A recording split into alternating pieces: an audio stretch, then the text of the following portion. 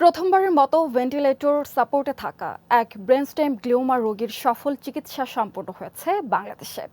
হাল ছেড়ে দিয়ে 18 বছর বয়সী নাসিমুল গনিকে সিঙ্গাপুরের মাউন্ট এলিজাবেথ হাসপাতালে ফিরিয়ে দিলেও তাকে মৃত্যুর দুয়ার থেকে ফিরিয়ে আনেন বাংলাদেশি চিকিৎসকরা।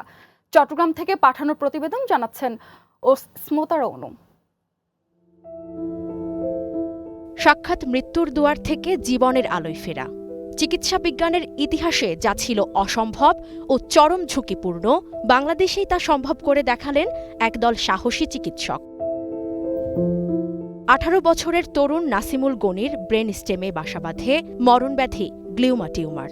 উন্নত চিকিৎসার জন্য পাঠানো হয় সিঙ্গাপুরের মাউন্ট এলিজাবেথ হাসপাতালে, কিন্তু সবাইকে নিরাশ করে লাইফ সাপোর্টে থাকা অবস্থায় দেশে ফেরত পাঠান চিকিৎসকরা।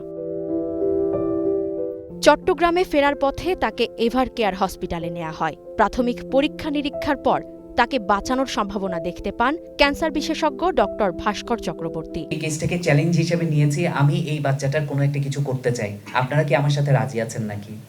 এক কথাই সবাই রাজি হয়ে গেল যে আপনি যা বলবেন ডক্টর, আমরা ওটার জন্য রাজি আছি।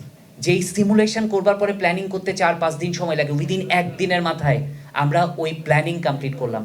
ঝুঁকিপূর্ণ হলেও চিকিৎসকদের সমন্বিত প্রচেষ্টায় সন্তান এখন সুস্থ বলে জানান নাসিমুলের বাবা। আমার ছেলের কনফিডেন্ট এত ভালোই ছিল, যেটা ডাক্তার সাহেব বলছে, ভাস্কর দাও বলছে যে ওর কনফিডেন্ট এত বেশি ছিল, হয়তো আল্লাহ তালা ওকে সেই জন্য ফিরিয়ে দিছে। মানে একটা শব্দ ওনারা বলছিল মিরাক্কেল, এটাই মিরাক্কেল। চিকিৎসকরা বলছেন সততা ও একাগ্রতা থাকলে আধুনিক প্রযুক্তির কল্যাণে দেশেই ক্যান্সারের আন্তর্জাতিক মানের চিকিৎসা সম্ভব। স্মতারা অনু, গ্রিন নিউজ ডেস্ক।